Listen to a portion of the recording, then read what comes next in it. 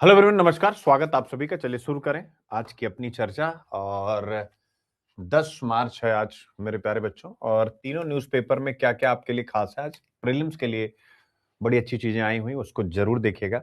The Hindu, Indian express और business line के महत्वपूर्ण एडिटोरियल्स और उन न्यूज का एनालिसिस। तो सबसे पहले मेरे प्यारे बच्चों, आज हम एडम स्मिथ की इकोनॉमी को समझने की कोशिश करेंगे। आप सबने बहुत बार एडम स्मिथ के बारे में पढ़ा होगा, मुझसे भी सुना है। आज इंडियन एक्सप्रेस और हिंदू दोनों में मेरे प्यारे बच्चों इनका जिक्र आया है, और वो क्यों आया है उसके बारे में हम लोग समझेंगे। तो एडम स्मिथ के द्वारा आज हम ग्लोबल इकोनॉमी को कैसे समझ सकते हैं, उनका क्या रोल रहा है, चाहे इंडिया की इकोनॉमी हो ग्लोबल इकोनॉमी में। तो जीएस पेपर 3 इकोनॉमी यानी कॉन्सेप्ट बिल्डिंग के लिए हम लोग इसको पढ़ेंगे। इस पर कोई हम लोग पीवाईक्यू जो है मेंस का मॉडल क्वेश्चन सॉल्व नहीं करेंगे, ये केवल कॉन्सेप्ट बिल्डिंग के लिए होगा। जीएस पेपर 3 की unit number 1 mobilisation of resources, GDP growth, employment, वहां से लेकर के और इन्वेस्टमेंट मॉडल 10 की 10 यूनिट का ए से समझेंगे कि कैसे कोई विचार, एक साधारण सा विचार, एक सिंपल सा आइडिया बहुत बड़े चेंज लेकर के आता है। और यूपीएससी के बहुत सारे ऐसे आज एडम स्मिथ के विचारों के साथ कनेक्ट होंगे, और प्रीलिम्स के लिए इनकी पुस्तक वगैरह के नाम। तो ये यहां भी चर्चा में है।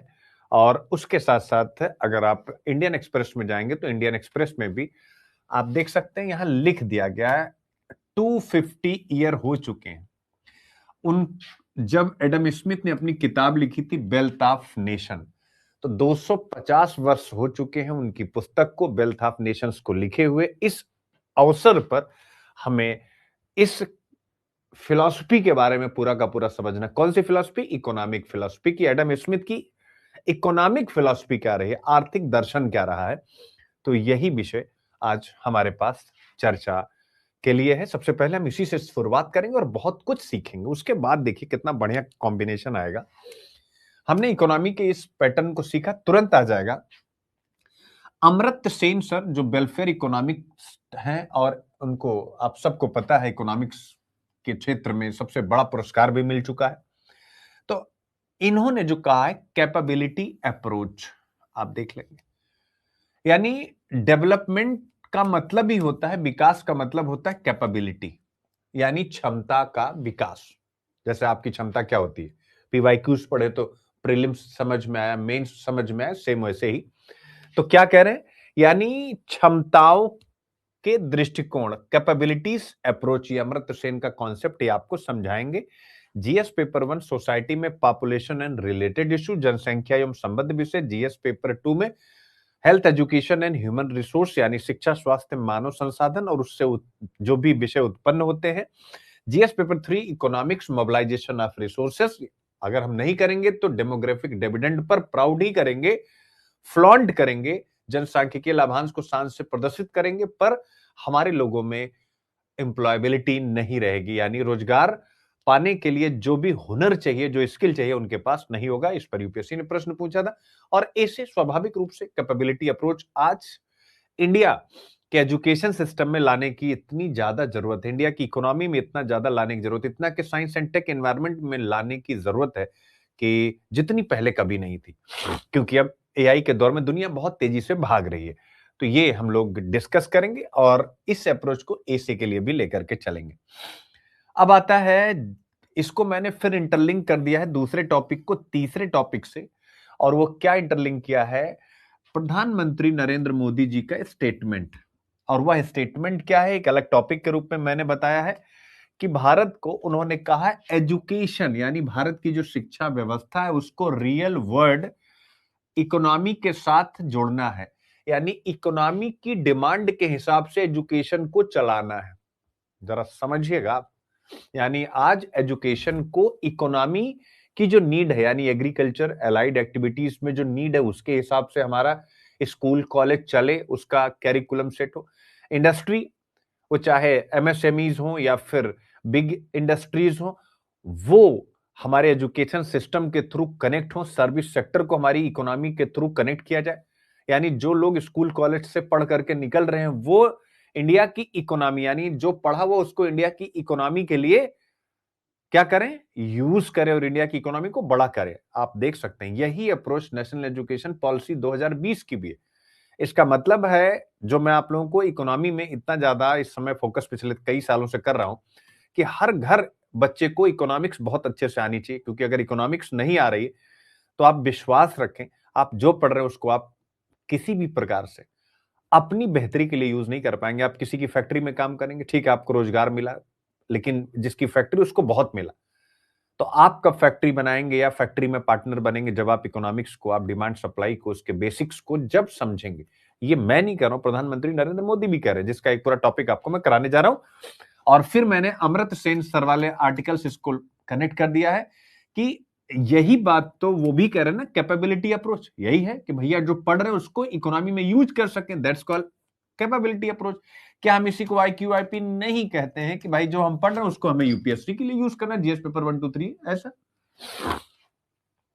फिर इसके बाद मूसी नदी के बारे में हम लोग बातचीत करेंगे प्रीलिम्स के लिए, और क्योंकि चर्चा में आ गई है, रिवर फ्रंट डेवलपमेंट प्रोजेक्ट वहां बन रहा है। फिर इसके बाद साइलेंट वैली केरला की चर्चा में आ गई है, और वहां पर बर्ड स्पीसीज की काउंटिंग हुई है, पक्षी की प्रजातियों की। तो कौन एंडेमिक है, कौन माइग्रेटरी है, कौन वहीं पाई जाती है, कौन माइग्रेटरी, उनकी लिस्ट मैंने दे दी है। तो ये प्रीलिम्स के लिए आपका एक मजेदार कंटेंट यहां पर तैयार हो जाता है। फिर इसके बाद हम लोग आगे बढ़ते हैं, और ये भी प्रीलिम्स के लिए मेरे प्यारे बच्चों, यूवी कैमरा और उसके साथ साथ जो चींटियों वगैरह की तस्वीर, चमकती चींटियों की तस्वीर, वो क्या है, ये भी प्रीलिम्स के लिए महत्वपूर्ण है। फिर बायबैक, ये इस समय खूब चर्चा में है, प्रीलिम्स इकोनॉमिक्स के लिए ये महत्वपूर्ण है। तो कुल मिलाकर के इतनी चीजें आपके सामने हैं। बाकी प्रीलिम्स के लिए फिर, जैसे इस समय जो युद्ध हो रहे हैं मिडिल ईस्ट में, तो वहां पर क्या हो रहा है कि भाई जो डीसैलिनेशन के प्लांट थे, यानी समुद्री खारे पानी को जो शुद्ध करके उपयोग, इंसान के उपयोग के लिए बनाया जाता है, इन प्लांट्स को ही युद्ध से नुकसान हो रहा है। तो ये प्लांट क्या होते हैं, कैसे काम करते हैं, यह विषय हम लोग पढ़ेंगे और डिस्कस कर लेंगे। तो ये सारी चीजें आपके सामने आ गई हैं, ठीक है।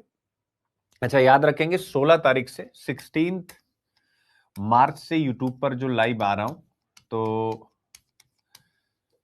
ठीक है ना, यूट्यूब लाइव जो आ रहा हूं मेरे प्यारे बच्चों, तो वो सुबह 9:30 बजे ही आऊंगा, ठीक है ना, 9:30 बजे सवेरे आपके सामने मैं हाजिर रहूंगा, ठीक है। तो ये आ गया, जरा एक बार देखते हैं क्या, from 1776 to 2026 Adam Smith lesson for the global economy, यानी वैश्विक अर्थव्यवस्था के लिए एडम स्मिथ की शिक्षाओं की क्या इंपॉर्टेंस है, उसके क्या लेसन, उसके क्या सबक है। दूसरा टाइटल आप देख सकते हैं, 250 साल बाद एडम स्मिथ की वेल्थ ऑफ नेशंस आज भी रेलिवेंट बनी हुई है। कॉलेज एजुकेशन के साथ साथ एआई ड्रिवन वर्ल्ड में, दोनों जगह पर ये रेलिवेंट बनी हुई, यानी उसकी रेलिवेंसी पर चर्चा है। वेल्थ ऑफ नेशंस आज भी रेलिवेंट है, ये आपके सामने। तो देखो, इन दोनों पर जीएस में तो कोई इंडिपेंडेंट क्वेश्चन आने वाला नहीं, कहीं पर भी नहीं आने वाला जीएस में। जीएस पेपर 3 इकोनॉमिक्स की बात करें तो हाँ। अब आप कहेंगे फिर सर आपने दिया क्यों है? मैंने दिया है इस टॉपिक को जिससे कि आप एक इकोनॉमिक्स की अच्छी अंडरस्टैंडिंग अपने दिमाग में बना सकें, और वही अंडरस्टैंडिंग डेवलप करूंगा। लेकिन सबसे पहले जरा आप देखिए कि न्यूज क्या है। न्यूज क्या है कि जो 9 मार्च 2026 है, the wealth of nation book आज के 250 साल पहले इसी दिन पब्लिश हुई थी। तो 250 साल हो चुके हैं। और फिर आर्टिकल एडम स्मिथ की जो इकोनॉमिक्स है उसकी आज की रेलिवेंसी तलाश रहे हैं, और वही हम लोग पढ़ने जा रहे हैं।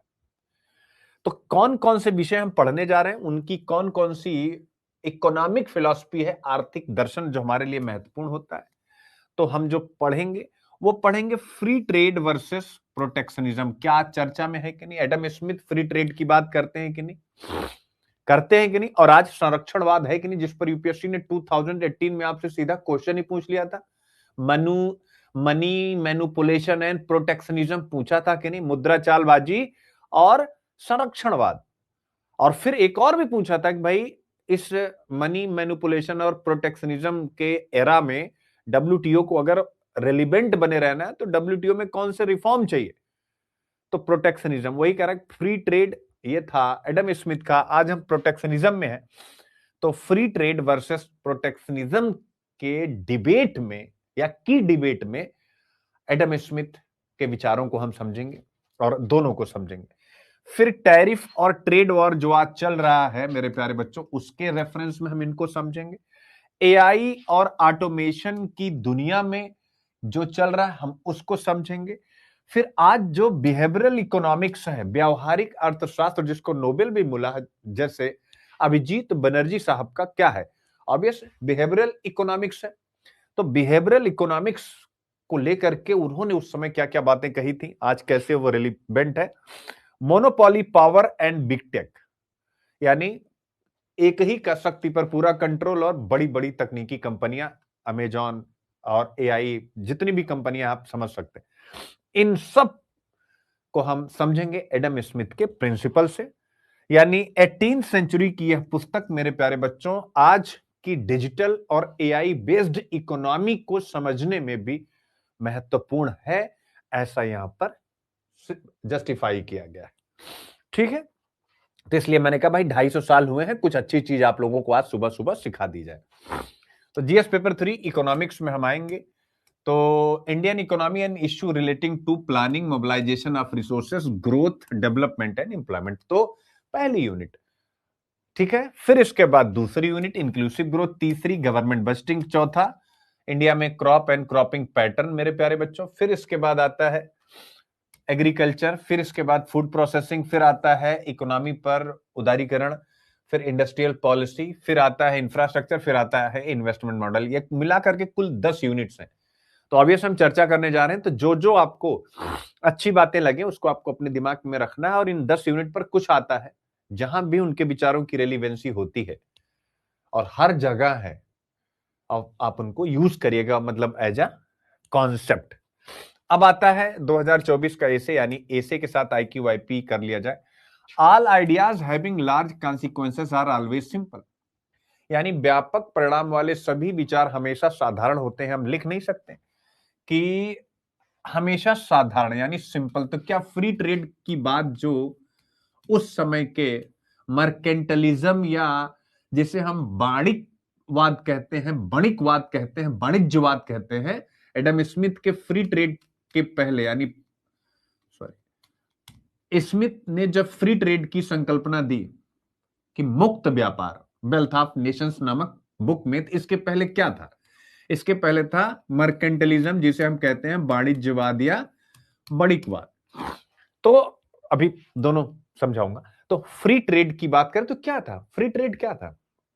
यानी इस मर्केंटलिज्म को इन्होंने चैलेंज किया। बड़ा छोटा सा विचार, फ्री ट्रेड, 2 वर्ड का, लेकिन इसके रिजल्ट कितने जबरदस्त रहे कि उसके बाद से विश्व की सभी इकोनॉमियां 1929-30 में जब ग्रेट डिप्रेशन आया, यानी जब महान मंदी आई जो अमेरिका से शुरू होकर के संपूर्ण विश्व में फैल गई, यानी first and second world war के बीच में मेरे प्यारे बच्चों, तो उस समय पर ये संकल्पना थोड़ी सी लड़खड़ाई। फ्री ट्रेड यानी किसी को भी, सरकार को किसी भी प्रकार से इकोनॉमी में इंटरवीन नहीं करना चाहिए। इंटरवीन उतना करे जिसमें वो फैसिलिटी प्रोवाइडर और सुविधाएं प्रदान करे, बाकी जो कुछ भी चले डिमांड एंड सप्लाई, यानी मार्केट ही इकोनॉमी का संचालन करता हो। इसमें कोई आर्टिफिशियल जो है इंटरफेरेंस ना हो। डिमांड और सप्लाई, मुक्त व्यापार, फ्री ट्रेड, मतलब ही हो गया यही कि मार्केट के थ्रू ही सारी चीजें संचालित हो। तो कितना सिंपल विचार था फ्री ट्रेड, लेकिन उसका परिणाम क्या रहा? 1929 की महान मंदी के पहले तक संपूर्ण विश्व की विकसित इकोनॉमियां, इसी एडवांस इकोनॉमीज, इसी साधारण विचार से ही संचालित हुई और सभी देश विकसित देश बने, जो भी यूरोप, वेस्टर्न यूरोप के देश हैं, यूएस हैं, इसी विचार पर। 1929 में आकर के जब महान मंदी आई तो भाई ये लगा कि यार बाजार तो फेल हो गया। और फिर वहां से जॉन मेनार्ड कीन्स नामक एक इकोनॉमिस्ट आते हैं, किन्सियन इकोनॉमी हम लोग कहते हैं, और वो कहते हैं कि भाई देखो, एकदम से इकोनॉमी को फ्री ट्रेड जोन में छोड़ देना, बाजार के सहारे छोड़ देना, यह खतरनाक हो सकता है। इसलिए गवर्नमेंट का भी कंट्रोल होना चाहिए। यानी गवर्नमेंट क्या करे, उस वो भी भूमिका निभाए। जैसे जब मंदी आए तो स्टिमुलस पैकेजेस इशू करे, इंफ्रास्ट्रक्चर पर इन्वेस्टमेंट बढ़ाए, और फिर वहां से जो है, क्योंकि मंदी उन्हीं के विचारों से बाहर आई, तो जब भी रिसेशन मंदी का समय आता है, हमेशा सरकारों की भूमिका केंद्रीय हो जाती है, और फिर यह माना जाने लगा कि सरकार की भी भूमिका होनी चाहिए, यानी दोनों की भूमिका होनी चाहिए। आई होप आप इसको समझ गए। तो व्यापक परिणाम वाले सभी विचार हमेशा साधारण होते हैं। All ideas having large consequences are always simple. अब आप एडम स्मिथ के इस पूरे कन्वर्सेशन को जो मैंने किया एडम स्मिथ के विचार को लेकर के, क्या इस निबंध में डालेंगे कि नहीं डालेंगे, और डालेंगे तो दूसरों के मुकाबले आप बेहतर मार्क्स पाएंगे कि नहीं। इसीलिए हमेशा याद रखें कि हिंदू में जो यहां है एडिटोरियल में, वो कहीं नहीं है। आपको यह चीज एक्सेप्ट करना पड़ेगा। अगर आप सिलेक्शन चाहते हैं, तो पढ़ना चाहते हैं, तो कहीं भी। फिर 2025, thought finds a word and creates one also. विचार एक दुनिया खोजता भी और एक बनाता भी। तो विचार, थॉट क्या था एडम स्मिथ का? फ्री ट्रेड था कि नहीं था भाई? ठीक है, फ्री ट्रेड। अब इसने क्या किया, एक पूंजीवादी दुनिया बनाई कि नहीं बनाई? क्या बनाई? Free trade. फ्री ट्रेड यानी एडम स्मिथ के विचार ने एक दुनिया बनाई। Thought finds a word and create one also, कि उनके थॉट ने एक दुनिया बनाई। कौन सी? पूंजीवादी दुनिया। पूंजीवादी दुनिया यानी जो वेस्टर्न यूरोप की, यूएस की जो दुनिया है, वो पूंजीवाद पर आधारित है कि नहीं? पश्चिम की दुनिया पूंजीवाद, और आज भी। तो उन्होंने क्या किया, अपने थॉट से एक वर्ड बनाया। बट उनके थॉट में जब थोड़े से चैलेंज आए, ग्रेट डिप्रेशन के समय 1929-30 में, देन जॉन मेनार्ड कीन्स भी आते हैं। और जॉन मेनार्ड कीन्स आते हैं तो फिर एक नई दुनिया आती है, जिसमें दोनों की कोएग्जिस्टेंस को एक्सेप्ट किया जाता है कि भाई मार्केट का भी रोल हो, फ्री ट्रेड हो, लेकिन गवर्नमेंट भी क्या करे, इकोनॉमी पर कंट्रोल करे, वो भी इकोनॉमी में एक मास्टर के रोल में आए। तो उन्होंने एक नई दुनिया बनाई, ठीक है ना, मतलब एक दुनिया खोजी, और फिर उसी के आधार पर एक और विचार आता है जिसने एक नई दुनिया बनाई। एडम स्मिथ के विचार के बाद ही तो जॉन मेनार्ड कीन्स के विचार रेलिवेंट हो पाए। अगर उन्होंने ऐसा ना कहा होता तो फिर वो क्या कहते? तो ये आप देख सकते हैं। दूसरा टॉपिक भी आपके सामने आता है। ठीक है, अब आता है,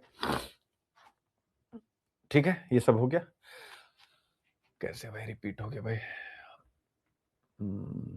ठीक है, कोई बात नहीं। अब आते हैं 2023 में। Inspiration for creativity springs from the effort to look for the magical in the. रचनात्मकता की प्रेरणा अलौकिकता में चमत्कार ढूंढने के प्रयास से उपजती है। रचनात्मकता की प्रेरणा, ये जो इनका विचार था ना, ये क्रिएटिव विचार था। इसमें भी यही करा कि क्रिएटिविटी, जब आप सोचते हैं, अध्यात्म का मतलब क्या है कि जब आप, साइंस में क्या है, कल्पना है, पहले हम एज्यूम करते हैं और उसके बाद फिर उसको लैब में प्रैक्टिकल करते हैं। वो यही कह रहा है कि क्रिएटिविटी के लिए अध्यात्म यानी सोच आपकी, और फिर उसको हमें प्रैक्टिकल रूप में लाना। तो इसी से हमारे लिए क्रिएटिविटी वर्ड महत्वपूर्ण होता है। और वही निबंध में आपसे पूछा है कि क्रिएटिविटी कैसे आएगी, और क्या एडम स्मिथ के विचार क्रिएटिव हैं? आप सोच सकते हैं, बिल्कुल हैं। और ऐसा वह तभी कर पाए जब उन्होंने अध्यात्म को, कोई भी व्यक्ति यार, कोई भी वैज्ञानिक, वो वैज्ञानिक भी है लेकिन वो आध्यात्मिक भी है। सिंपल सी बात है। तो ये आपके सामने है, यानी पूरा का पूरा कंटेंट। चलिए अब इसको शुरू करते हैं और समझने की कोशिश भी करते हैं। मेरे प्यारे बच्चों, जो मैं फैक्टर ऑफ प्रोडक्शन की बात आपसे हमेशा करता हूं, क्या करता हूं? Factor of production, FOP, land, raw material, labour, capital, enterprise यानी उद्यमी। इनको आप हमेशा याद रखिए। अब इसी को आप इमेजिन कीजिए कि जब आप बाजार में गए और सब्जी खरीदते हैं। आप बाजार में गए, बाजार में आप सब्जी खरीदते हैं, दुकानदार आपको सब्जी बेचता है, तो जो दुकानदार है उसका उद्देश्य क्या होता है? कमेंट कीजिए। दुकानदार का उद्देश्य क्या होता है? आप कहोगे सर ये जो सब्जी वाला क्या हो गया, उद्यमी हो गया, उसका उद्देश्य क्या हो गया, प्रॉफिट कमाना। उद्यमी का उद्देश्य क्या हो गया, यही तो होता ना, प्रॉफिट। बोलो भाई, यानी लैंड रॉ मटेरियल पर रेंट मिला, उसकी प्राइस मिली, लेबर को वेज मिला यानी वेतन मिला, कैपिटल पर उसको इंटरेस्ट मिला, और एंटरप्रेन्योर को प्रॉफिट मिला। मिला कि नहीं मिला? तो दुकानदार का टारगेट क्या है? बोलो। दुकानदार को प्रॉफिट मिला, लेकिन अब आपको ये प्रॉफिट तो दिखा, मुकेश अंबानी का दुकानदार का प्रॉफिट तो दिखा, लेकिन अब बताओ इस प्रोसेस में किसको, ये प्रोसेस है कि नहीं है? जब आप केवल प्रोसेस मतलब केवल प्रॉफिट देखेंगे तो प्रोसेस नहीं दिखेगा। अब जब प्रॉफिट देखेंगे तो यहां तक पहुंचने में चारों चीजों को मिलाया गया है। अब ध्यान से देखेंगे इस पूरी प्रक्रिया को। दुकानदार को तो प्रॉफिट मिला, आपको क्या मिला? यू। आप कहोगे सर मुझे फूड मिला। क्या मिला? मुझे भोजन मिला, यानी दुकानदार को इनकम मिली, आपको खाना मिला। अब आप जरा देखिएगा, लेकिन ये जो खाना है ये कौन बना रहा है? ये फार्मर बना रहा है, ठीक है ना, किसान बना रहा है। तो किसान की भी इनकम बढ़ी। तो एक ही प्रोसेस से आप देख सकते हैं सबका काम चल रहा है, सबका काम चल रहा है कि नहीं?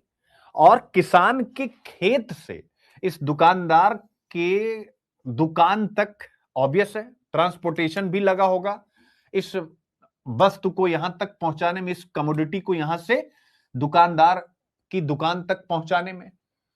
तो ट्रांसपोर्ट वाले को भी काम मिला। मिला कि नहीं मिला? यानी अर्थात एक व्यक्ति का, दुकानदार का सेल्फ इंटरेस्ट, जिसे हम स्वार्थ कहते हैं, पूरी इकोनॉमी को चलाने लगता है सेल्फ इंटरेस्ट। एक व्यक्ति का सेल्फ इंटरेस्ट कि एक दुकानदार है जिसको लाभ कमाना है, उसको माल बेचना है, उसका वह सेल्फ इंटरेस्ट, उसका वह स्वार्थ कैसे पूरी इकोनॉमी को संचालित करता है। क्या आप समझ पाए ये पॉइंट? यही मैं आपको बताना चाह रहा था। आप कहेंगे अच्छा सर ये तो हम समझ में आ गया। इसी फेनोमेना को आज के 250 साल पहले मेरे प्यारे बच्चों एक विचारक ने समझाया था, जो विचार बड़ा ही साधारण था। क्या था? जो विचार बड़ा ही साधारण था, और वही है एडम स्मिथ। उनके बारे में सारी बातें लिखी हुई है इनकी पुस्तक an inquiry into the nature and causes of the wealth of nation. Classical economy और मॉडर्न पॉलिटिकल इकोनॉमी की बेसिक बुक यही है, और यह उस समय आई थी जब उस विश्व में बड़े बड़े सोशियो पॉलिटिकल चेंजेस हो रहे थे, इसलिए इसकी रेलिवेंसी बहुत महत्वपूर्ण है मेरे प्यारे बच्चों। और आज हम इसी पुस्तक और उसके विचार को बहुत अच्छे से समझेंगे। लेकिन सबसे पहले, जब ये पुस्तक लिखी गई 250 साल पहले मेरे प्यारे बच्चों, उस समय जो वैश्विक ऑर्डर था वो कैसा था? आप जरा ध्यान से देखिएगा। 250 वर्ष 1776 जब ये किताब लिखी जा रही थी, मतलब जब पब्लिश होकर के आती, उस समय आप अगर हिस्ट्री को देखते हैं तो क्या दिखेगा?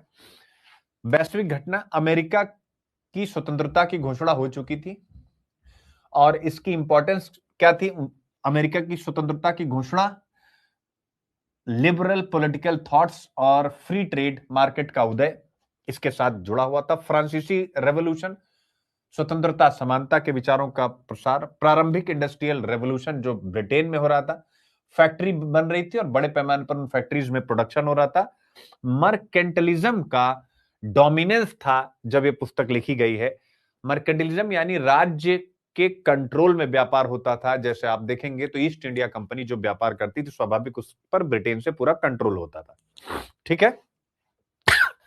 तो सॉरी, कोई भी समय किसी रचना को महान बनाती है, जब, और महान क्यों बनाती है? क्योंकि वो रचना अपने समय में एक विकल्प लेकर के आती है। तो उस समय क्या था? मर्केंटलिज्म।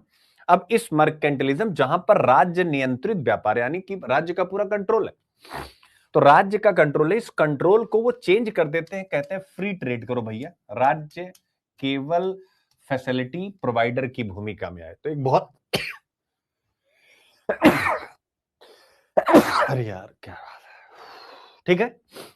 तो यही है उनका विचार स्मिथ ने उस समय जो फेमस मर्केंटलिज्म इकोनॉमिक फिलॉसफी थी उसको चैलेंज किया और अपनी तरफ से यह तर्क दिया कि अगर हम एसेट को गोल्ड के रूप में रखेंगे तो ऐसे में जो है हम बड़ा इकोनॉमिक प्रॉफिट या बड़ा आर्थिक लाभ प्राप्त नहीं कर पाएंगे। उन्होंने कहा कि सबसे इंपॉर्टेंट होता है प्रोडक्टिविटी, यानी एक इकोनॉमी में केवल व्यापार करके अगर आप लाभ कमाते हैं, यानी गोल्ड में व्यापार हो रहा है, आप गोल्ड इकट्ठा कर रहे हैं और कमोडिटीज को आप अगर अपने यहाँ इकट्ठा कर रहे हैं, अपने आप को आप इसके बहाने अमीर मान रहे हैं, अमीर मान रहे हैं, मर्केंटलिज्म में ऐसा ही था बच्चों, तो प्रोडक्टिविटी से आप पीछे रह जाएंगे, ठीक है ना। लेबर को आप बेहतर ढंग से यूटिलाइज नहीं कर पाएंगे और फ्री एक्सचेंज जो होना चाहिए वस्तुओं एवं सेवाओं का, उसको भी आप बेहतर ढंग से यूटिलाइज नहीं कर पाएंगे। तो स्मिथ ने जो उस समय मर्केंटलिस्ट इकोनॉमिक फिलॉसफी थी उसको चैलेंज दिया और यह तर्क दिया कि संपत्ति सोने के संचय से नहीं बल्कि उत्पादकता, प्रोडक्टिविटी, लेबर का डिवीजन और मुक्त विनिमय, यानी वही फ्री एक्सचेंज से होती है कि हम भी बाजार के हिसाब से वस्तुओं को खरीदें और बेचें, एक दूसरे से हम लेन देन करें। यही विषय उनका पूरा का पूरा फिलॉसफी आपके सामने रखता है। आज भी ग्लोबलाइजेशन, टैरिफ, असमानता, एकाधिकार, एआई बेस्ड जो लेबर चेंज हो रहा है और मार्केट रेगुलेशन पर जो डिस्कशन हम करते हैं वो सब स्मिथ के विचारों से प्रभावित है। ये चीज यहां पर लिखी हुई है मेरे प्यारे बच्चों, ठीक है ना। तो ये आपके सामने विस्तार से चीजें आती हैं। अब हम लोग जरा इसको और अच्छे से समझते हैं, थोड़ा सा अलाउ करते हैं, ठीक है।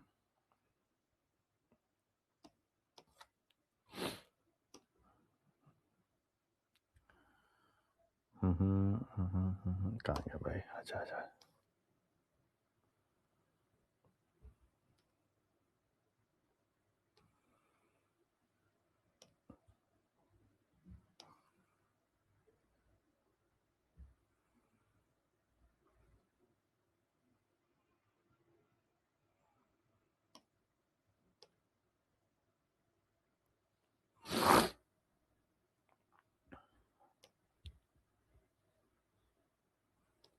कभी कभी क्या होता है ना कि टेक्नोलॉजी अच्छी भी बट परेशान भी कर देती है।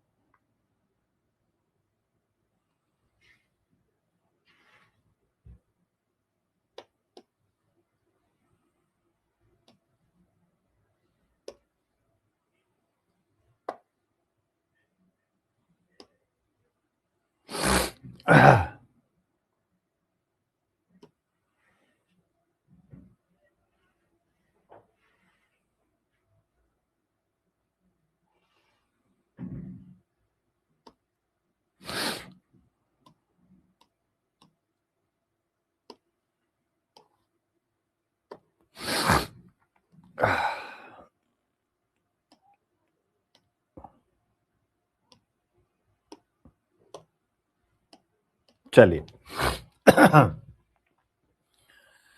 तो जो मैंने एग्जाम्पल आपके सामने रखा था कि एक दुकानदार है जिसका उद्देश्य है प्रॉफिट कमाना, लेकिन उस प्रॉफिट की प्रोसेस में क्या क्या होता है। किसी व्यक्ति को फूड मिलता है, जो दुकानदार उसको इनकम मिलती है, किसान की खेती चलती है उसकी इनकम बढ़ती है, और ट्रांसपोर्ट वाले को काम मिलता है, यानी अब एक व्यक्ति का सेल्फ इंटरेस्ट पूरी इकोनॉमी को चलाने लगता है।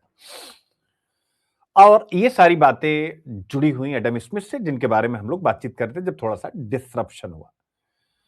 तो सबसे पहले मैं आपको बता रहा था कि बैकग्राउंड, किसी भी व्यक्ति का जो बैकग्राउंड है ना वो बड़ा महत्वपूर्ण होता है, क्योंकि उससे उसकी पर्सनालिटी का या जो उसने लेखन किया है उसके बारे में हम आइडिया लगाते हैं। तो एडम स्मिथ का जो बैकग्राउंड रहा है उसको मैंने आप लोगों को समझाया, यानी किस समय वो लिख रहे थे। तो वो बैकग्राउंड था 1776 का, और यह वो समय था, आप देखिए अंग्रेज हमारे ऊपर कंट्रोल 1757 का प्लासी का वार हो चुका था। और फिर इसके बाद 1764 का बक्सर और पूरी तरीके से बंगाल की इकोनॉमी पर उनका कंट्रोल हो चुका था। और वहां पर 1760 से ही 1760 से ही माना जाता है कि इंडस्ट्रियल रेवोल्यूशन की शुरुआत हो चुकी थी।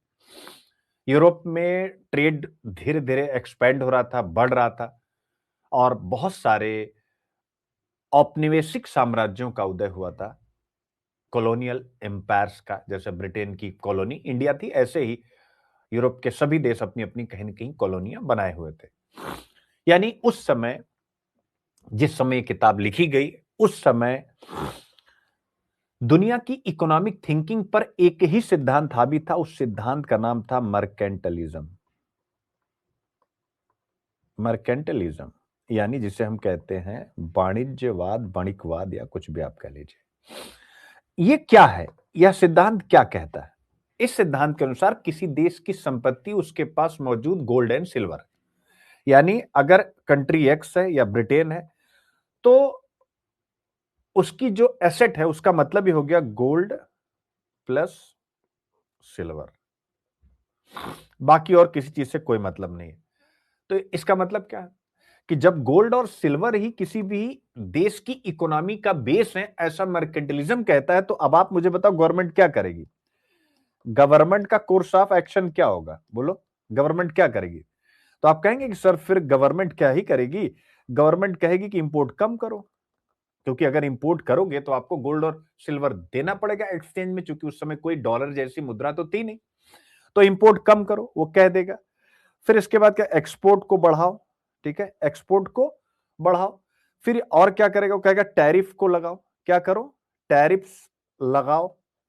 और फिर क्या करेगा? ट्रेड को कंट्रोल करो, जहां हमें फायदा है उसको भेजो, जहां कम फायदा है उसको कंट्रोल कर लो, उसको मत मार्केट में दो, भले किसी की कितनी नीड हो। इसका मतलब है कि ट्रेड को जीरो सम गेम माना जाता था गवर्नमेंट के द्वारा। क्या माना जाता था? Zero sum game. क्या माना जाता था? जीरो सम गेम माना जाता था। इसका मतलब क्या है कि अगर एक देश अमीर होता है तो दूसरा गरीब होगा। तो मर्केंटलिज्म की अवधारणा ये है। अब स्वाभाविक है 1776 में इसी बैकग्राउंड में एक व्यक्ति हमारे सामने आता है और जो इस मर्केंटलिज्म को चैलेंज करता है, यानी इसको चुनौती देता है। ठीक है, उन्होंने कहा wealth is not gold, wealth is production. यानी ये जो मर्केंटलिज्म की मूल अवधारणा थी कि जो संपत्ति होती है किसी भी देश की वो गोल्ड है, उन्होंने कहा नहीं, गोल्ड नहीं है, प्रोडक्शन है, जिसके बारे में अभी मैंने आपसे जिक्र किया। क्या है? प्रोडक्शन है। मींस किसी देश की एसेट या संपत्ति उसके गोल्ड रिजर्व नहीं है, बल्कि लेबर है। लेबर कितना पैदा करता है, कितना कमाता है, प्रोडक्शन, प्रोडक्टिविटी। और आज आप देख सकते हैं, आज भी यही चीज सबसे इंपॉर्टेंट है। जापान के पास क्या है? लेबर, उनका स्किल है ना। चिंतन कीजिए।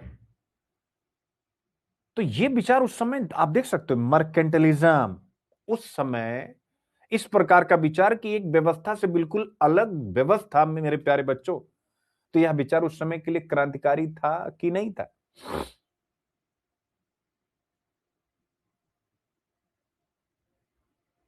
तो उन्होंने क्या बताया? उन्होंने बताया कि यदि लोग फ्री यानी स्वतंत्र रूप से व्यापार करें, क्या करें? स्वतंत्र रूप से व्यापार करें और प्रोडक्शन करें, तो जो पूरी इकोनॉमी है वह समृद्ध हो सकती है। आई होप आप पहला पॉइंट समझ गए। ठीक है ना? तो मर्केंटलिज्म के अगेंस्ट उन्होंने क्या खड़ा किया? फ्री ट्रेड का कॉन्सेप्ट। पहला पॉइंट क्लियर हो गया। अब उसी को, यानी एडम स्मिथ के प्रिंसिपल को थोड़ा और गहराई से समझते हैं। सबसे इनका एक फेमस प्रिंसिपल है, एक फेमस सिद्धांत है इनका बच्चे, वो है डिवीजन ऑफ लेबर। ये आपको बड़ा मजा आएगा। Division of labour. क्या है? Division of labour. ठीक है ना? और एक बड़ा प्रसिद्ध एग्जाम्पल उन्होंने दिया है, पिन फैक्ट्री का एग्जाम्पल। इससे आप समझ पाएंगे। पिन फैक्ट्री एग्जाम्पल मतलब क्या हुआ कि अगर कोई एक व्यक्ति है, अकेले पिन बनाएगा, तो वह दिन में बहुत कम पिन बना पाएगा, ऐसा ही है। लेकिन यदि इस पिन बनाने के काम को, चूंकि इसके कई मैन्युफैक्चर, जब पिन बनाएंगे या कोई भी प्रोडक्ट बनाएंगे तो उसके कई अ, चरण होते हैं ना, फेज होते हैं किसी भी चीज को फाइनल प्रोडक्ट तक आने में। तो यदि इस काम को, यानी पिन बनाने के काम को अलग अलग हिस्सों में बांट दिया जाए, यानी एक व्यक्ति है पिन बना रहा है, वो तार काटे, दूसरा व्यक्ति है उस तार को सीधा करे, तीसरा व्यक्ति उसमें हेड लगाए और चौथा व्यक्ति पैक करे, तो उत्पादन हजारों गुना बढ़ सकता है कि नहीं। यही है डिवीजन ऑफ लेबर। आज के समय में उनका यह प्रिंसिपल हर जगह दिखाई देता है, जैसे ऑटोमोबाइल की फैक्ट्री में, ग्लोबल सप्लाई चेन समझिए यही है उनका पिन फैक्ट्री का एग्जांपल। आईटी कंपनीज ऐसे ही काम करते हैं। जैसा मैंने कुछ दिन पहले आपको, कुछ दिन के अक्सर ही चर्चा में आ जाता है कि आईफोन का डिजाइन अमेरिका में होता है, कंपोनेंट्स कई देशों में बनते हैं, असेंबली चीन में होती है। तो ये जो सप्लाई चेन है ये क्या है, ये डिवीजन ऑफ लेबर पर ही तो बेस्ड है। तो ये आपके सामने आता है। फिर इनका एक और प्रिंसिपल इसमें बड़ा अच्छे से चर्चा में, जिसे हम कहते हैं इनविजिबल हैंड, जिसे कहते हैं अदृश्य बाजार का अदृश्य तंत्र। इनविजिबल हैंड, इनविजिबल हैंड का मतलब क्या है, जब व्यक्ति अपने सेल्फ इंटरेस्ट में काम करता है तो हमें दिखता नहीं, हमें लगता है दुकानदार केवल अपना लाभ कमा रहा है, लेकिन वो क्या क्या कर रहा है अभी आपको मैंने बताया था। यानी जब व्यक्ति अपने सेल्फ इंटरेस्ट में काम करता है तो वह कई बार अनजाने में समाज के हित को भी बढ़ा देता है। इनविजिबल हैंड, इनका सिद्धांत यही है। यानी एक किसान प्रॉफिट के लिए खेती करता है, लेकिन उसी प्रक्रिया में फूड सप्लाई बनती है, जॉब्स पैदा होती हैं, इकोनॉमिक एक्टिविटी बढ़ती है। यही है इनविजिबल हैंड। यानी जब एक व्यक्ति अपने सेल्फ इंटरेस्ट के लिए काम करता है तो उसका समाज पर मल्टीप्लायर इफेक्ट हो जाता है। ये है इनविजिबल हैंड मेरे प्यारे बच्चों।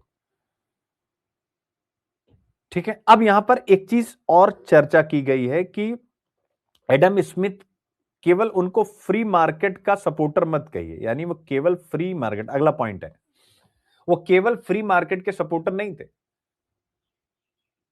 क्यों? क्योंकि अक्सर एडम स्मिथ को फ्री मार्केट कैपिटलिज्म का ही सपोर्टर कहा जाता है, बट उन्होंने कई चेतावनी भी दी थी इस फ्री मार्केट कैपिटलिज्म के अगेंस्ट।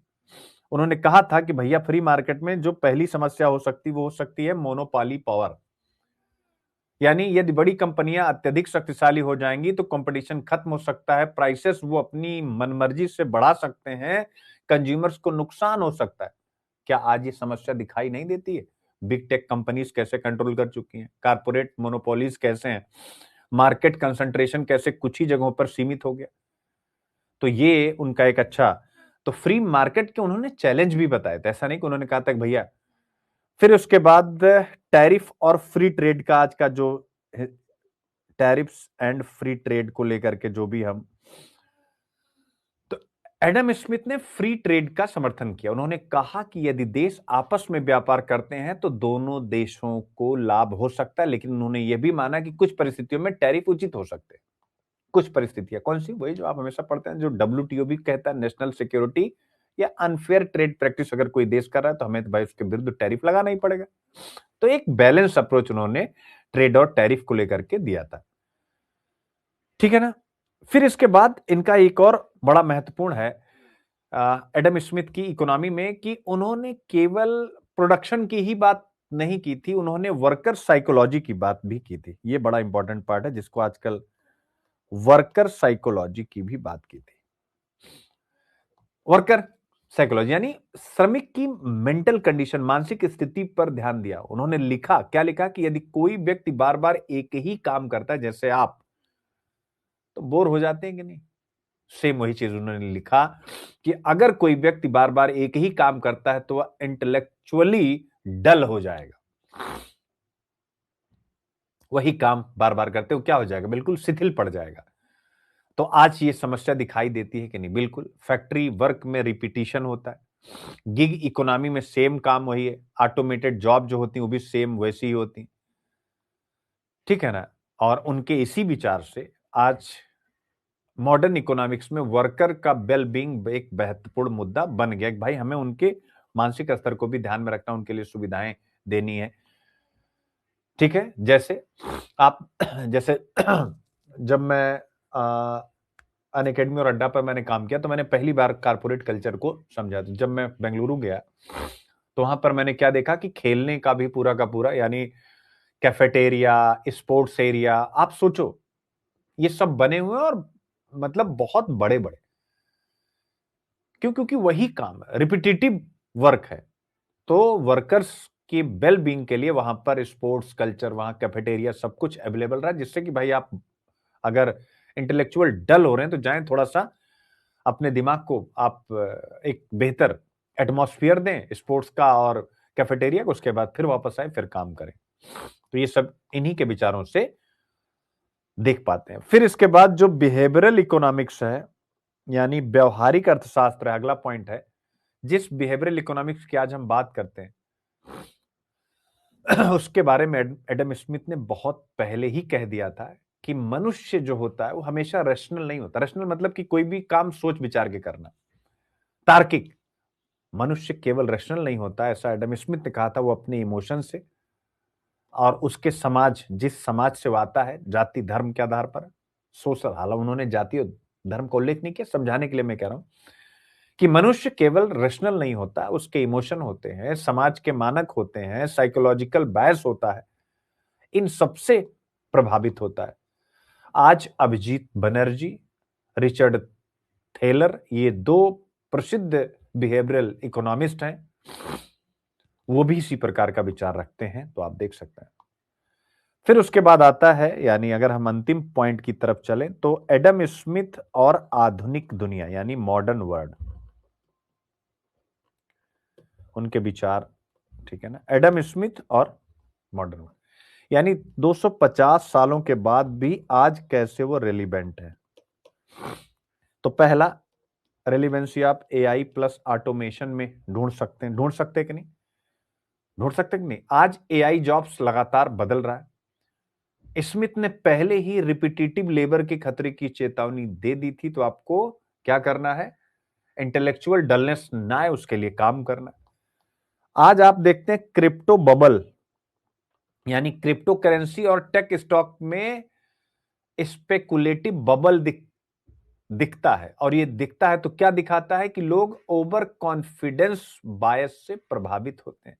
गिग इकोनॉमी आज आप देख सकते हैं। उबर ड्राइवर्स और डिलीवरी वर्कर्स जैसे काम स्मिथ के लेबर कंसर्न्स को याद दिलाते हैं। ट्रेड वॉर्स मैंने पहले बता दिया। आज दुनिया में टैरिफ, प्रोटेक्शनिज्म, ट्रेड कॉन्फ्लिक्ट्स के समय इकोनॉमिक्स जुड़ी थी मोरल फिलॉसफी से। लेकिन 20th सेंचुरी में ये मैथमेटिकल बन गई, यानी डेटा, रिपोर्ट्स। ठीक है ना, यानी माइक्रो इकोनॉमिक मॉडल्स। ठीक है ना, ये अब हमारे सामने ज्यादा महत्वपूर्ण होने लगा। लेकिन आज के समय में अगर हम देखते हैं, फिर से इकोनॉमिक्स में साइकोलॉजी और ह्यूमन बिहेवियर की वापसी हो रही है, क्योंकि डेटा बेस्ड सिस्टम है। तो बस अंत में मेरे प्यारे बच्चों, एडम स्मिथ का सबसे बड़ा संदेश आपके सामने क्या रहा, जरा सोचिएगा। यानी कि इकोनॉमी केवल मैथमेटिकल मॉडल नहीं है, या केवल गणितीय मॉडल नहीं है, यह मानव के व्यवहार, ह्यूमन बिहेवियर, सोसाइटी और संस्थाओं का एक कॉम्प्लेक्स सिस्टम है, जटिल तंत्र है। इसलिए द वेल्थ ऑफ नेशंस केवल एक इकोनॉमिक्स की बुक नहीं, बल्कि सोसाइटी, मार्केट, ह्यूमन बिहेवियर को समझने का एक व्यापक फ्रेमवर्क है। इसी कारण 250 साल बाद भी एडम स्मिथ आधुनिक अर्थव्यवस्था की चर्चा के केंद्र में है। और जो चर्चा मैंने आपके सामने की, मेरे प्यारे बच्चों, क्या है? चर्चा के केंद्र में है। और आप इस चर्चा को पढ़ेंगे और विस्तार से फिर इस पे सोचेंगे, और अपने दिमाग में जो ऐसे वगैरह मैंने बताए हैं उनकी प्रैक्टिस करेंगे, और फिर ठीक है, अपने आप को और मजबूत बनाएंगे। अब अगला टॉपिक है development means expansion of choices in Amartya sense capability approach. तो अमर्त्य सेन का कैपेबिलिटी अप्रोच, ठीक है ना। यानी मेरे प्यारे बच्चों, इस आर्टिकल में जो चर्चा है वो ये है कि जो हम विकास की बात करते हैं किसी भी देश, जैसे हम 2047 में डेवलप्ड इंडिया की बात करते हैं, विकसित भारत की बात करते हैं। तो ये इस लेख में चर्चा की गई है कि विकास को केवल जीडीपी ग्रोथ के साथ जोड़ करके नहीं देखना चाहिए, या केवल लोगों की इनकम कितनी बढ़ रही है नहीं बढ़ रही इसके आधार पर ही नहीं समझना चाहिए। यानी केवल विकास और इनकम, सॉरी, जीडीपी और इनकम के एंगल से ही हमें डेवलपमेंट को नहीं देखना चाहिए। आज जब दुनिया आर्टिफिशियल इंटेलिजेंस, टेक्नोलॉजिकल चेंज और एक बढ़ती असमानता की, एक की इनकम बहुत ज्यादा दूसरी की इनकम कम है, ऐसे चैलेंजेस का सामना कर रही है, तब अमर्त्य सेन का यह सिद्धांत और भी अधिक प्रासंगिक हो गया है। कैपेबिलिटी, ठीक है ना, यानी क्षमता, ठीक है, ये आपके सामने आ गया। यानी ट्रेडिशनल अप्रोच में डेवलपमेंट को केवल तीन चीजों से मापा जाता था मेरे प्यारे बच्चों, और उस तीन चीज का नाम है इनकम अगर है तो डेवलपमेंट है, जीडीपी या इकोनॉमिक ग्रोथ मेरे प्यारे बच्चों। लेकिन अमर्त्य सेन ने क्या बदला कि विकास का जो वास्तविक स्तर है, या अगर आप विकास को इवेल्युएट करना चाहते हैं, उसका मूल्यांकन करना चाहते हैं, तो उसका बेस क्या होना चाहिए, उन्होंने ये बताया। उन्होंने कहा केवल जीडीपी या इनकम ही नहीं होना चाहिए, और क्या होना चाहिए, लोगों के पास जीवन जीने की कितनी स्वतंत्रता और अपॉर्चुनिटी है। यानी जैसे आपको ये लगता है, जो भी बच्चे क्लास में हैं, कि मुझे ये चीज चाहिए तब हमारा जीवन बेहतर हो पाएगा, तो आप क्या उस चीज को प्राप्त कर पा रहे हैं, क्या आप उस चीज को चूज कर पा रहे हैं? यानी लोगों के पास जीवन जीने की कितनी स्वतंत्रता और अपॉर्चुनिटी है, यानी जो आप चाहते हैं आपको मिल रहा है कि नहीं है। जिन्हें कोई भी इंडिविजुअल मूल्यवान मानता है, वैल्यूएबल मानता है, अगर वो उसके पास है, तब हम कहेंगे कि विकास हो रहा है। यानी सिंपल है, इस कैपेबिलिटी अप्रोच का जो बेसिक्स है वो क्या है, real opportunity to choose the life they want. यानी क्या आप या मैं या हमारे जैसे ना जाने कितने लोग के पास वास्तव में वह जीवन चुनने की अपॉर्चुनिटी है जिसे वो जीना चाहते हैं। आप मुझे बताइए, जैसा जीवन आप चाहते हैं, क्या आप वैसी अपॉर्चुनिटी है उस जीवन को प्राप्त करने की? क्या वैसा रोजगार अवेलेबल है? क्या वैसा इंडस्ट्रियल एनवायरनमेंट अवेलेबल है? ठीक है, तो ये होता है। यानी सिंपल है कि ये जो कैपेबिलिटी अप्रोच है वो कहती है कि लोगों को इतनी सुविधाएं मिलनी चाहिए कि वो अपने जीवन में जो चाहते हैं उसे प्राप्त कर सकते हैं। और अपने जीवन में आप जो भी प्राप्त करना चाहते हैं उसके लिए आपको क्या करना पड़ेगा, सुनील अभिव्यक्ति is equal to 6HR formula, वहां तक लोगों को ले जाया जाए, कैपेबिलिटी अप्रोच ये कहती है।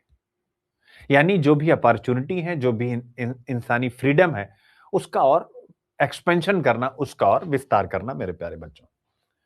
यानी ध्यान से सोचिएगा, इन एवरी डे लैंग्वेज, सामान्य भाषा में क्षमता यानी कैपेबिलिटी का मतलब क्या लिया जाता है कि आपके पास स्किल है, आपके पास एबिलिटी है। लेकिन अमर्त्य सेन की जो कैपेबिलिटी अप्रोच है वो केवल स्किल या एबिलिटी ही नहीं है, वो है बट उससे आगे भी है।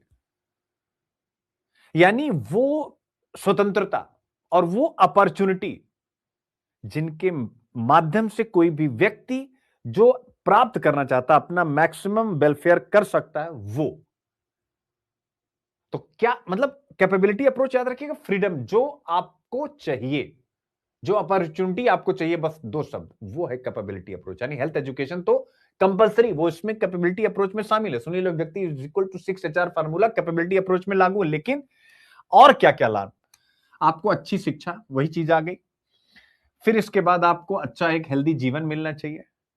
फिर इसके बाद पॉलिटिकल प्रोसेस में आपकी भागीदारी एक वोटर के रूप में, एक किसी भी जन प्रतिनिधि के रूप में होनी चाहिए। आपको अपने विचार को व्यक्त करने की फ्रीडम होनी चाहिए। चूज मीनिंगफुल वर्क यानी अर्थपूर्ण रोजगार चुनने का अवसर होना चाहिए जो आपको पसंद हो। ऐसा ना हो कि मजबूरी में आप पढ़ाई किए हैं 50,000 वाले की, जॉब कर रहे हैं 20,000 वाले की। पर्पज यानी आप सामाजिक और सांस्कृतिक जीवन में आपकी भागीदारी होनी चाहिए। यानी इसका मतलब क्या हो गया कि कैपेसिटी केवल इस बात पर बेस नहीं है कि लोगों के पास क्या है, बल्कि इस पर है कि वे क्या कर सकते हैं और क्या बन सकते हैं। जरा इसको ध्यान से देखिएगा।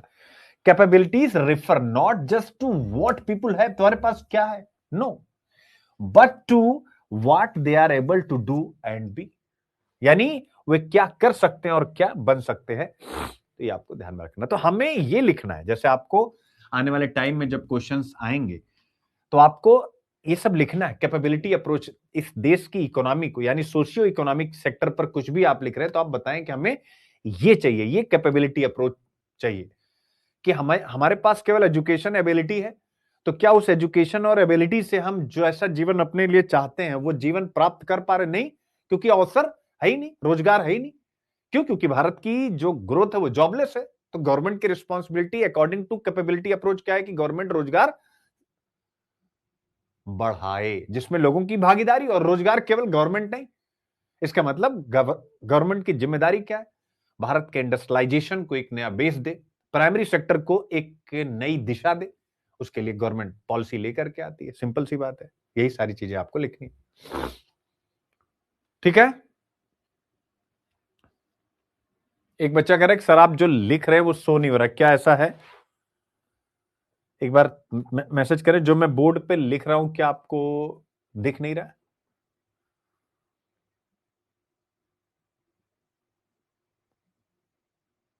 बताइए भाई, क्या जो मैं लिख रहा हूं, एक बच्चे का कमेंट आया वो दिख नहीं रहा है? बताइएगा एक बार।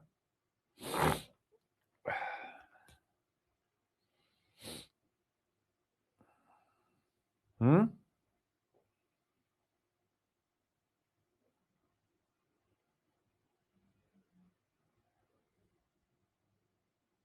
बताओ भाई।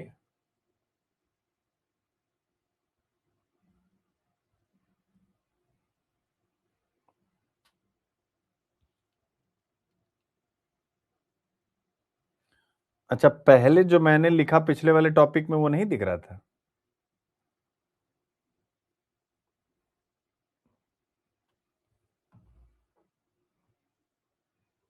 नहीं, पहले वाला अभी तो मान लीजिए दिख रहा है, पहले वाला।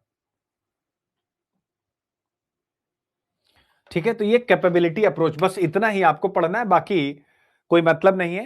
एक होता है ना कि जैसे आपको बेसिक समझने की आवश्यकता है, तो वही सारी बातें जो हम लोग मिल करके रोज ही पढ़ते हैं वही चीज है यहाँ पर। आपको इसके अंदर बहुत ज्यादा घुसना नहीं है। ठीक है, अब इसमें देखिएगा, जो सबसे इंपॉर्टेंट चीज है वो कितने प्रश्न है, लेकिन तो आपको क्या करना है इस कैपेबिलिटी अप्रोच के अकॉर्डिंग। देखिए, मैंने इतने प्रश्न बनाए हैं कि आपका दिल खुश हो जाएगा। Population and human development, GS paper 1, आप देख, जनसंख्या को केवल एक जनसांख्यिकीय बोझ के रूप में नहीं बल्कि मानवीय क्षमताओं के संभावित विस्तार के रूप में देखा जाना चाहिए। आप देख सकते हैं, मानवीय क्षमता, ह्यूमन कैपेबिलिटी। तो ह्यूमन कैपेबिलिटी में अब आज आपको एक कॉन्सेप्ट मैंने सिखा दिया, बाकी वो सब राम कहानी, उसको आप पढ़ लीजिएगा जो बाद में। तो आज मैंने आप लोगों को सिखाया मेरे प्यारे बच्चों, क्या सिखाया? Human capabilities. तो ह्यूमन कैपेबिलिटीज में 6HR, यानी किसी भी व्यक्ति को nutrition, health, education, skill, productivity, ये सब तो चाहिए चाहिए, लेकिन उसके पास एक फ्रीडम चाहिए। किस चीज की? कि वो किस जॉब में जाना चाहता है, नहीं मजबूरी में वह अपनी क्षमता से कम के रोजगार पर काम ना करे, यानी उसके पास अपॉर्चुनिटी, उसके पास फ्रीडम हो कि जैसा जीवन वो चाहता वैसा जीवन जी सके। तो ह्यूमन कैपेबिलिटीज क्या होती हैं? तो आपको ह्यूमन को कैपिट जो है काबिल बनाने के लिए 6HR, बाकी उसके पास दो चीजें होनी चाहिए, फ्रीडम और अपॉर्चुनिटी, कि वो अपने जीवन की बेहतरी के लिए जो चाहता है।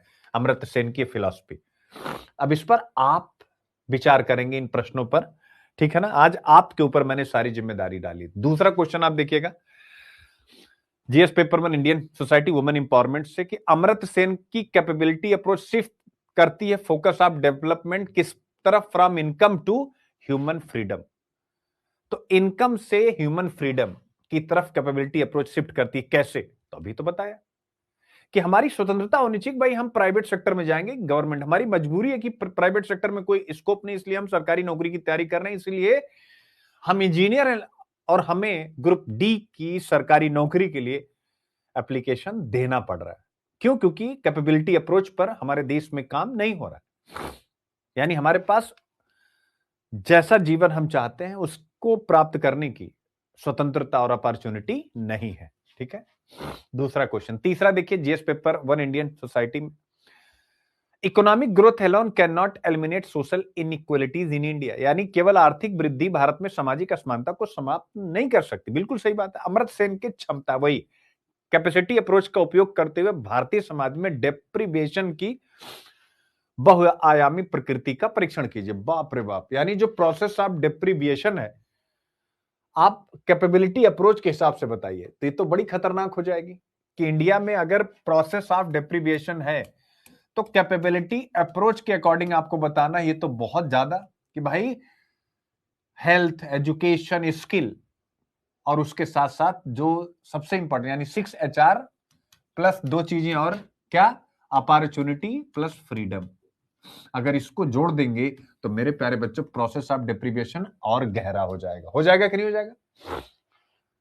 पहले तो हम ये कहते हैं ना कि एक मानव संसाधन नहीं, इसलिए अगली पीढ़ी कमजोर, अगली पीढ़ी यानी कि पीढ़ी दर पीढ़ी वो कमजोर है। लेकिन यहां क्या कह रहा है कि अगर कैपेसिटी अप्रोच को देखेंगे तो और गहरी गरीबी आपको दिखाई देगी कि नहीं दिखाई देगी। ठीक है, अब आता है जीएस पेपर 1 में एजुकेशन एंड सोशल मोबिलिटी। अच्छा, ये जीएस पेपर 2 भी कर सकते हैं बेटा, बार बार ये जो है कभी कभी क्या होता है ना पेस्ट। शिक्षा केवल ज्ञान का विस्तार नहीं करती बल्कि मानवीय क्षमताओं का भी विस्तार करती है। भारत में सोशल मोबिलिटी को बढ़ाने में शिक्षा की भूमिका। जीएस पेपर 2 शिक्षा, स्वास्थ्य, मानव संसाधन। सोशल जस्टिस, अमर्त्य सेन का क्षमता दृष्टिकोण सामाजिक न्याय की अवधारणा को किस प्रकार पुनर्परिभाषित करता है। यानी सोशल जस्टिस का मतलब सबको न्यूट्रिशन, हेल्थ केयर, एजुकेशन देना ही सफिशिएंट नहीं, आप उनको और क्या दो, तब जाकर के सोशल जस्टिस वो महसूस कर पाएंगे कि वो जो चाहते हैं उसको चुन सकें उनके जीवन के लिए, उनको वो फ्रीडम दो, उनको वो अपॉर्चुनिटी दो। आप देखिए मजा आ रहा है कि नहीं, एक बार कमेंट कीजिए।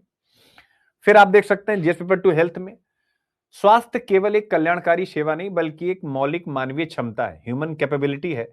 अब भाई अगर हेल्दी रहेंगे, स्वस्थ शरीर में ही स्वस्थ मस्तिष्क निवास करता, वही बात पहली लाइन करी। भारत में मानवीय क्षमताओं के विस्तार में जो हमारा हेल्थ सिस्टम है वो कैसे, यानी भारत के हेल्थ सिस्टम के बारे में प्राइमरी, कम्युनिटी और उसके बाद प्राइवेट, इन सब के बारे में आपको लिखना है, उनकी कमियों के बारे में बताना है। फिर इसके बाद 7वां क्वेश्चन है, गुणवत्तापूर्ण शिक्षा मानवीय क्षमताओं के विस्तार का साधन, यानी एजुकेशन हमारी कैपेबिलिटी को कैसे बढ़ाता है। फिर ह्यूमन रिसोर्स डेवलपमेंट, मैंने बताया मानव संसाधन विकास कैपेबिलिटी अप्रोच का केंद्रीय तत्व है, यानी कैपेबिलिटी अप्रोच जो अमर्त्य सेन का human resource development, human resource कैसे डेवलप होगा आप लोगों को अक्सर ही हम पढ़ते रहते हैं।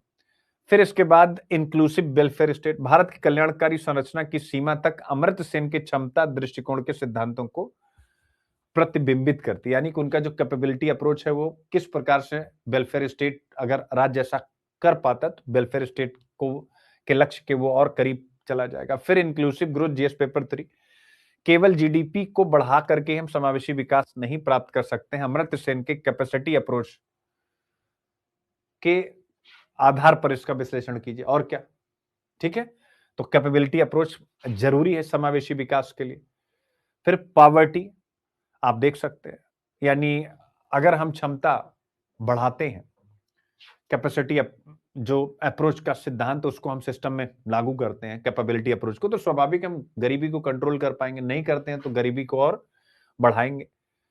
फिर इकोनॉमिक डेवलपमेंट, आर्थिक वृद्धि विकास का साधन है, स्वयं विकास का लक्ष्य नहीं है। अमर्त्य सेन के क्षमता दृष्टिकोण के प्रकाश में इस कथन का परीक्षण किया, यानी economic growth is a means to development not the end itself. Examine this statement in light of Amartya Sen capability approach. ठीक है, यानी केवल जीडीपी बढ़ाना जिससे मैंने टॉपिक स्टार्ट किया था वही सब कुछ नहीं है। ठीक है, जीडीपी के साथ क्या चाहिए, कैपेबिलिटी अप्रोच, कि भाई एक व्यक्ति जैसा जीवन चाहता है उसको प्राप्त करने के लिए, जैसी अपॉर्चुनिटी चाहता है उसके लिए वो फ्री हो। तो आप देख सकते हैं वही एक ही कॉन्सेप्ट पर ये सब कुछ है, कोई भी प्रश्न अलग नहीं, लिखना सब में वही है, बस केवल प्रेजेंटेशन का तरीका बदल जाएगा। फिर आप देखिए question number 13, resource mobilisation economics, पहली यूनिट, चर्चा कीजिए कि शिक्षा और स्वास्थ्य में सार्वजनिक संसाधनों का प्रभावी संचयन किस प्रकार क्षमता विस्तार और दीर्घकालिक आर्थिक विकास में योगदान करे, यानी हेल्थ और एजुकेशन अगर हम अच्छे से दें तो कैसे हम ह्यूमन को ह्यूमन कैपिटल में बदल सकते हैं। दैट्स इट, आपको बहुत बारी पढ़ाया गया, रटा हुआ ह्यूमन कैपिटल। मानव पूंजी निर्माण बताने की जरूरत नहीं है, और ये तभी हो पाएगा जब अमर्त्य सेन के कैपेबिलिटी अप्रोच को हम बहुत अच्छे से इंप्लीमेंट करेंगे गवर्नमेंट की पॉलिसीज में। आप देख सकते हैं। फिर आता है टेक्नोलॉजी एंड डेवलपमेंट में। आर्टिफिशियल इंटेलिजेंस के युग में आज तकनीकी प्रगति हो रही है, तो ऐसे में ह्यूमन कैपेबिलिटी के विस्तार के साथ समन्वित होनी चाहिए या टेक्नोलॉजी, यानी जो भी टेक्नोलॉजी है वो ह्यूमन कैपेबिलिटी के साथ जुड़े, तभी जाकर के हर ह्यूमन उसका फायदा उठा पाएगा, नहीं तो कुछ ह्यूमन फायदा उठाएंगे, बहुत सारे उसके पीछे छूट जाएंगे। तो ये सारे आपके सामने, तो ये मैंने इसलिए करा है, मैंने कहा कि थोड़ा सा सोचो आप लोग और भी। फिर इसके बाद आता है विकास को संपत्ति के संचय के बजाय मानवीय स्वतंत्रताओं के विस्तार के रूप में समझना चाहिए। मानवीय स्वतंत्रता यानी ह्यूमन कैपेबिलिटी अप्रोच में जो कहा गया ना कि हमारी स्वतंत्रता हो कि हमें किस प्रकार का रोजगार चाहिए, तो कह रहा है कि ये इंपॉर्टेंट होता है। नहीं, कैपेबिलिटी अप्रोच क्यों क्यों महत्वपूर्ण रखती है, इस प्रश्न के उत्तर में आपको वो लिखना है। फिर इसके बाद आता है अमर्त्य सेन का क्षमता दृष्टिकोण जीडीपी से परे विकास का मूल्यांकन करने के लिए एक वैकल्पिक ढांचा प्रदान करता है, और भारत में पॉलिसी मेकिंग के समय इसको कैसे यूज करना चाहिए और क्यों यूज करना चाहिए। ठीक है ना, तो बस यही है मेरे प्यारे बच्चे। ऐसे अगर आपसे पूछे, विकास इस बात पर निर्भर नहीं करता किसी राष्ट्र के पास क्या है, बल्कि इस पर निर्भर करता है कि उसके लोग क्या बन सकते हैं। तो उसके लोग क्या बन सकते हैं, वही कैपेबिलिटी अप्रोच, अगर उसके माध्यम से लोगों का विकास किया। स्वतंत्रता विकास का साधन भी और उसका लक्ष्य भी। स्वतंत्रता यानी चुनने की स्वतंत्रता, जो कैपेबिलिटी अप्रोच में उसके बेस पर एक क्वेश्चन बनाया। हालांकि इसमें और भी बहुत सारे एंगल आएंगे, केवल कैपेबिलिटी अप्रोच पर ही नहीं लिखना होगा, बट मेन ड्राइवर वही होगा। The real wealth of a nation lease in the capability of its people, यानी किसी भी राष्ट्र की वास्तविक संपत्ति उसके लोगों की क्षमता, क्षमता यानी जैसे जापान कैपेबिलिटी। तो ये कुल मिलाकर के 20 क्वेश्चन हो गए। मजा आया कि नहीं आया, बताएं मुझे। तो ये है मेरे प्यारे बच्चों, ठीक है। अच्छा, एडम स्मिथ वाला नहीं दिखा, बड़ा यार क्या बात है, मैंने लिखा पूरा का पूरा और एकदम से बड़ा दुख हो रहा है। तो ठीक है, अब आपके सामने टॉपिक आता है India must accelerate linking of education to the real world economy. अब इसमें क्या पढ़ा हूं भैया, कह रहे हैं कि जो भी हमारा एजुकेशन है उसको ऐसा दो कि अगर कोई एग्रीकल्चर या अलाइड इंडस्ट्री में काम कर रहा है तो उस एजुकेशन को यूज करके एग्रीकल्चर अलाइड इंडस्ट्री में खुद भी अपनी इनकम बढ़ाए, देश की भी इनकम बढ़ाए। सेम वही इंडस्ट्री में करे, सेम वही सर्विस सेक्टर और इकोनॉमी के सभी सेक्टर में करे। लीजिए भाई, हैं? तो इसमें कुछ बताने की आवश्यकता है? रोज हम लोग इसको पढ़ रहे हैं कि नहीं पढ़ रहे हैं, कमेंट करें। डेली चल रहा है, तो बस यही। और कैपेबिलिटी अप्रोच इसके साथ कैसे कनेक्ट हो जाएगी मेरे प्यारे बच्चों, कैपेबिलिटी अप्रोच, ठीक है। कैपेबिलिटी अप्रोच कनेक्ट हो रही कि नहीं, अगर हम सभी लोगों को इस प्रकार से एजुकेशन दें कि वो उस एजुकेशन को अपने सभी व्यवसाय में इस्तेमाल कर सकें, तो क्या उनकी कैपेबिलिटी को हम इनहेंस कर रहे हैं कि नहीं। भाई बहुत से लोग ऐसे हैं जो खेती करना चाहते हैं, जरा ध्यान से समझिएगा, बहुत से लोग हैं जो खेती करना चाहते हैं, लेकिन चूंकि कृषि किसानों के लिए लाभकारी नहीं रह गई, तो वो क्या कर रहे हैं, माइग्रेट हो जा रहे हैं। तो इसका मतलब उनकी चुनने की स्वतंत्रता, जो अमर्त्य सेन की कैपेबिलिटी अप्रोच का फंडामेंटल प्रिंसिपल है, चुनने की स्वतंत्रता और अवसर की स्वतंत्रता, दोनों से वो वंचित है। आप किसी भी रिक्शे रेडी पाटरी वाले से पूछेगा जो शहरों में जाकर के काम कर रहे हैं कि भैया यहाँ क्यों हो, तो वो यही कहेंगे कि भैया घर पे कुछ है नहीं इसलिए हम यहाँ आए, अगर वहां हो तो शायद वो बाहर की तरफ आए ना। तो कैपेबिलिटी अप्रोच यानी प्रधानमंत्री नरेंद्र मोदी भी अपने स्टेटमेंट में ऑलमोस्ट वही बात कर रहे हैं कि लोगों की क्षमता बढ़े, लेकिन क्षमता में केवल 6HR ही नहीं है, उसमें 6HR के बाद यानी एक व्यक्ति ह्यूमन कैपिटल में कन्वर्ट हो चुका है, अब कैपिटल में कन्वर्ट होने के बाद वो किस प्रकार के जॉब में जाएगा, इकोनॉमी के किस सेक्टर में जाएगा, इकोनॉमी या टेक्नोलॉजी के किस सेक्टर में जाएगा, या सोशियो इकोनॉमी किस सेक्टर में वो जाएगा, इसका डिसीजन वो स्वयं ले।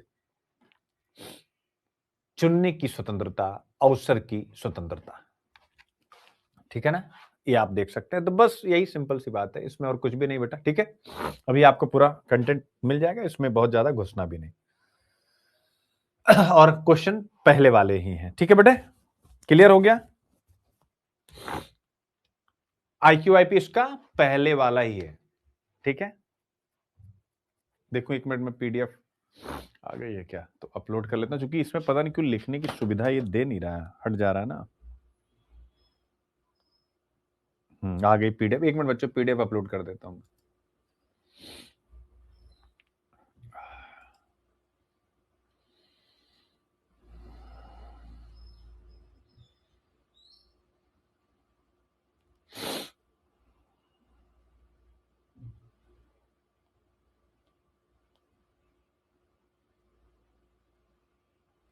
ये बाईबैक वाला प्रीलिम्स के लिए जरा बनाओ तो बढ़िया से, एकदम समझाते हुए इंट्रोडक्टरी लेक्चर के रूप में बना दो।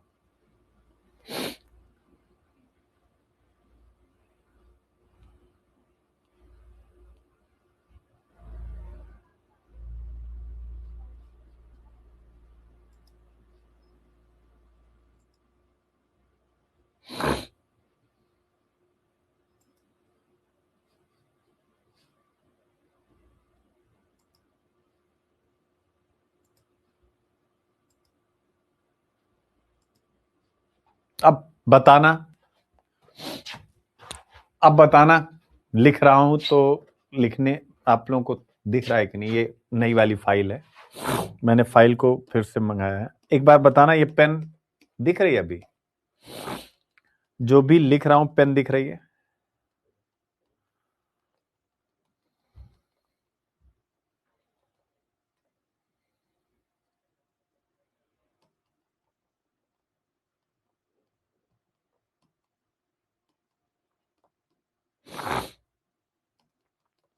अभी भी नहीं दिख रहा है? अच्छा, ये PDF तो दिख रही है कि नहीं दिख रही है?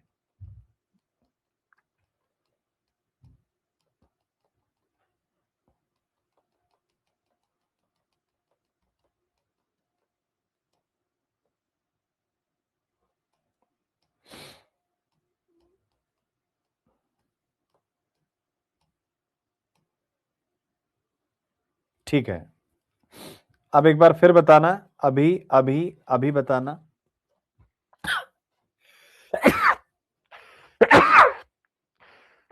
सॉरी, अभी बच्चों दिख रही है? नहीं नहीं, पेन चल रही है कि नहीं चल रही? चलो कोई बात नहीं, प्रीलिम्स के लिए जरा देखिए, ठीक है ना? शेयर बायबैक मुझे आप लोगों को पढ़ाना है, दैट्स इट। बस प्रीलिम्स में शेयर बायबैक का कॉन्सेप्ट है।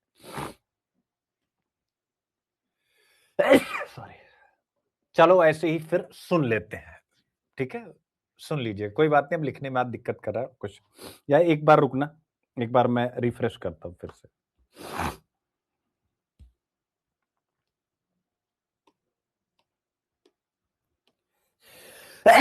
सॉरी,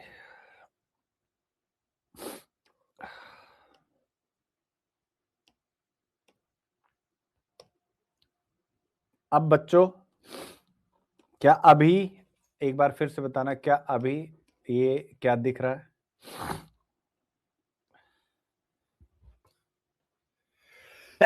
सॉरी यार, क्या हो गया?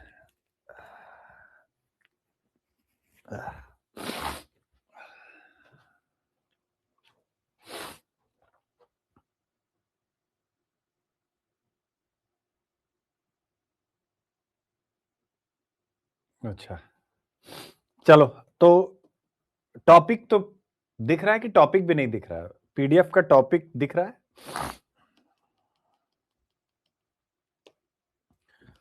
PDF का टॉपिक दिख रहा है कि वो भी नहीं दिख रहा है? PDF के टॉपिक जो ये,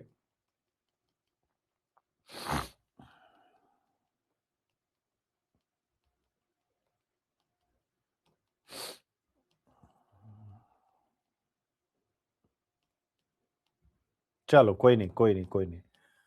तो ये सारी चीजें तो हो गई, अब आते हैं, ये तो आपको कम से कम दिख ही रहा होगा, PDF दिख रहा है ना? बाई बैक, तो कारपोरेट फाइनेंस और कैपिटल मार्केट, इन दोनों में यह शब्द बड़ा चर्चा में रहता है, शेयर बाईबैक और शेयर रीपरचेज। दो शब्द रहते हैं, प्रीलिम्स में आपसे पूछ सकते हैं। क्या चर्चा में था? शेयर बायबैक और शेयर रीपरचेज। ठीक है, अब ये दोनों शब्द चर्चा में आए क्योंकि 2026 के बजट में देख सकते हैं आप यहां पर, आपको पेन नहीं दिख रही लेकिन चलिए, 2026 के बजट में क्यों? क्योंकि सरकार ने बाय बैक पर जो टैक्स वगैरह लिया जाता है उसमें चेंज किया है। ठीक है, तो हमें केवल बाय बैक का कॉन्सेप्ट यानी शेयर बाय बैक क्या है, बस आपको इतना याद रखना है। शेयर की पुनर्खरीद भी इसे कहते हैं हिंदी में, शेयर बायबैक यानी शेयर की पुनर्खरीद। यानी इसका मतलब कि कोई कंपनी ए अपने ही जारी किए गए शेयर बाजार से वापस खरीद लेती। जैसे मान लीजिए फिजिक्स वाला है, उसने आईपीओ जारी किया, अब वो अपने शेयर लोगों ने खरीदे, लेकिन अगर वो शेयर स्वयं खरीद ले तो वह प्रक्रिया है जिसमें कोई कंपनी अपने ही जारी किए गए शेयर बाजार से वापस खरीद लेती। क्यों? कंपनी कहती है कि हमारे पास भैया अतिरिक्त पैसा है, एक्स्ट्रा फंड है, इसलिए हम अपने शेयर वापस खरीद कर जो भी इन्वेस्टर्स ने शेयर खरीदा उसको हम लौटा देते हैं। यानी मान लीजिए किसी कंपनी के 100 शेयर बाजार में है, अब कंपनी 20 शेयर वापस खरीद लेती है तो बाजार में 80 शेयर रह जाते हैं, याद रखिएगा। ठीक है, और इसके लाभ क्या होंगे? ऑब्वियस है, जब कंपनी खरीद रही तो जो शेयर बेच रहे हैं ऑब्वियस है अधिक रेट पर बेचेंगे, जितने में से वो खरीदें, तो प्रति शेयर कमाई बढ़ जाती है, शेयर की कीमत बढ़ सकती है, निवेशकों को नगद पैसा मिलता है। ये सारी बातें। अब आता है कि आपके मन में कि कंपनी बायबैक क्यों करती है? क्योंकि ये उनको एक्सेस, अगर कंपनी के पास एक्सेस कैश है तो उसको लगता है कि भाई ये इन्वेस्टमेंट का एक अवसर है, शेयर अपने खरीदते हैं, उसको उम्मीद है कि बाद में शेयर के रेट बढ़ेंगे। एप्पल और इन्फोसिस जैसी कंपनियां ऐसा करती हैं। या शेयर अंडर वैल्यूड हो, यानी अगर कंपनी को लगता है कि उसका शेयर बाजार में कम कीमत पर ट्रेड हो रहा है तो भी वैसा कर लेते हैं। ठीक है, तो ये सारी बातें हैं, बस हमको आपको ये बताना था। प्रीलिम्स के लिए इस पर क्वेश्चन आपको बना बनाया मिल जाएगा, आप उनकी प्रैक्टिस कर लेंगे। ठीक है, ये दिख रहा है क्वेश्चन एमसीक्यू। ठीक है, तो ये क्वेश्चन बना हुआ है, शेयर बायबैक चर्चा में है। ठीक है ना। अब आता है मूसी रिवर फ्रंट विकास परियोजना, तेलंगाना गवर्नमेंट और तेलंगाना से संबंधित यह नदी। प्रीलिम्स के लिए इसको आप पढ़ लीजिएगा। ठीक है, ठीक रहेगा। एक बार जरा इसको आप देखिए, दिख रहा है बच्चों? क्योंकि लिखने पे तो आपको कुछ दिख नहीं रहा।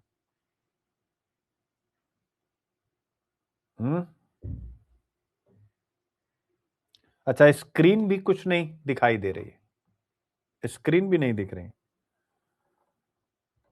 एक बच्चा कह रहा है कुछ नहीं दिख रहा है। चलो कोई नहीं, अब प्रीलिम्स के ही टॉपिक हैं, आप इनको पढ़ लीजिएगा। मूसी नदी के ऊपर है, फिर उसके बाद मूसी नदी के बाद अगला टॉपिक, ये सब अब प्रीलिम्स के हैं, साइलेंट वैली। और इसमें मैंने पहले ही बता दिया कि जो भी पक्षी प्रजातियां हैं उनका। फिर उसके बाद डीसैलिनेशन प्लांट क्या होते हैं, इनको पढ़ लेना चूंकि चर्चा में है। ठीक है, बाकी कोई बात नहीं, थैंक यू। ठीक है, कोई बात नहीं, कोई बात नहीं, अब इसको रोक ही देते हैं, आज हो गया, बाय, थैंक यू।